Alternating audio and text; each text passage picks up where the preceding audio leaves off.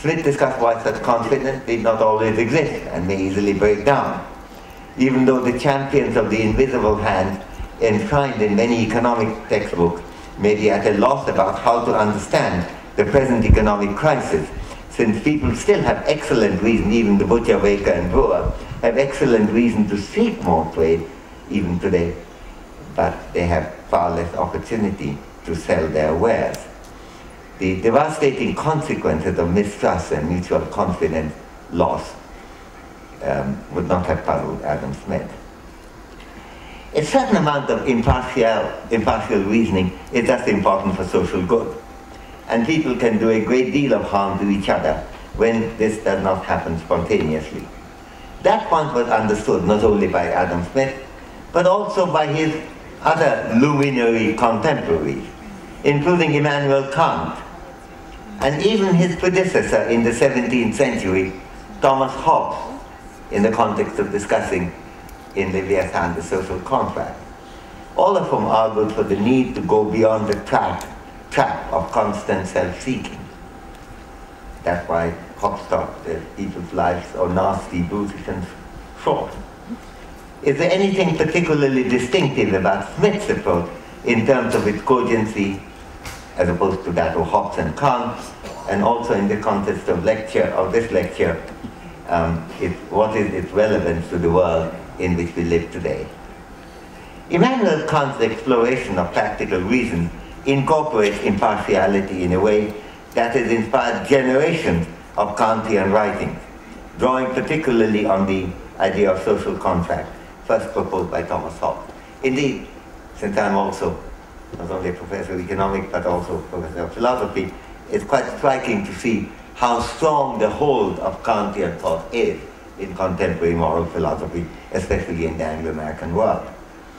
John Rawls's investigation of quote-unquote justice and fairness incorporates impartiality in a definitive way, but Rawlsian reasoning is very much in the contractian line, and it is certainly the most important school of thought in contemporary political philosophy. Given all this, do we need Adam Smith, the philosopher, not just the economist? In my book, The Idea of Justice, which came out in English last year, and I think the Italian translation is about to be published any moment now, I want to know. I discuss a number of aspects in which Smith's impartial spectator has a relevance and reach that the idea of social contract from Hobbes to Rawls does not have. There are many differences between them, and I won't go into it, the book is about that, which I have tried to discuss, but let me comment only on one difference between the Smithian impartial spectator and the Hobbesian social contract, which happens to be quite central to understanding the contemporary challenges of the global mess we are in. And this is the last point I'm going to make. By its very nature, a social contract has to be confined to the members of one sovereign state. It's a contract among the citizens of that state. This makes it hard to extend the idea to the global world, as some have tried to do. Indeed, it's precisely because of this contractarian mode of reasoning that many philosophers have been tempted to argue that the idea of global justice is an absurdity at the present time. That is the position that can be traced back to the original contractarian thinker Thomas Hobbes' entirely confined analysis of a social contract for one country. And there is no easy escape from this restriction so long as we stick to the contractarian reasoning about justice. John Rawls confines his principles of justice within the confines of one state, or one quote-unquote people, as he calls such political units, and extends only some minimal obligation, minimal humanitarian obligation in the relation between different states. Another leading philosopher, and a great philosopher too, and a great humanist otherwise, Thomas Nagel, has argued, and I quote from Nagel, "It seems to me very difficult to resist Hobbes' claim about the relation between justice and sovereignty, and if Hobbes is right, the idea of global justice without a world government is a chimera, is an illusion." unquote. This is a huge limitation of the contractarian idea of justice in addressing global problems today, since there is not going to be a global state anytime soon. Adam Smith's device of the impartial spectator being much more flexible cuts out that limitation by posing the problem not in terms of a negotiated contract, but in that of invoking impartial arbitrators from far and near, whose likely assessment had to be considered in order to get toward impartiality in forming a view about what justice demands. Dealing with the global mess requires global rather than nationally fragmented engagement. For example, the misdeeds of early British rule in India, including its causing the disastrous famine of 1770 in Bengal, engaged Smith greatly in The Wealth of Nations, where he discusses how a very prosperous part of the world was reduced to penury by terrible rule.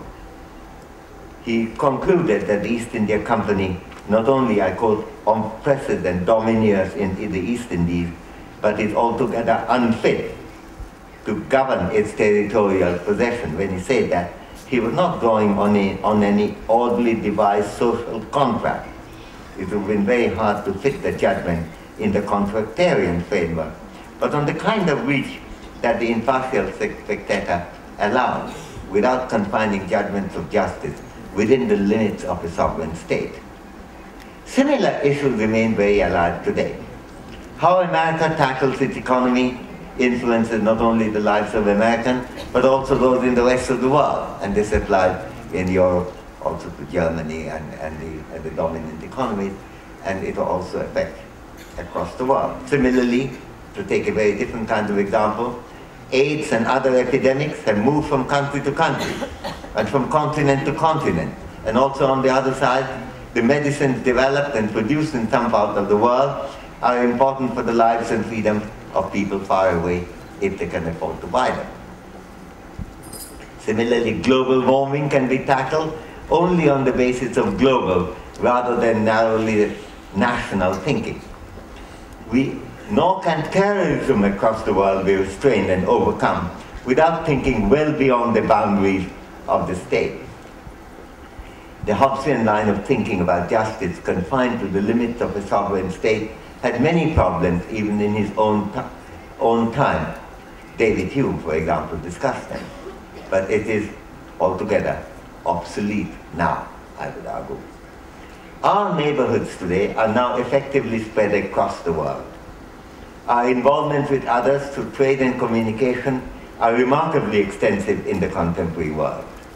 Further, our global contacts involving literary, artistic, scientific connections make it, not to mention business, in addition to business I'm mentioning here, make it hard for us to expect that an adequate consideration of diverse interests or concerns can be plausibly confined to the idea of a social contract among the citizenry of a given country, ignoring all others.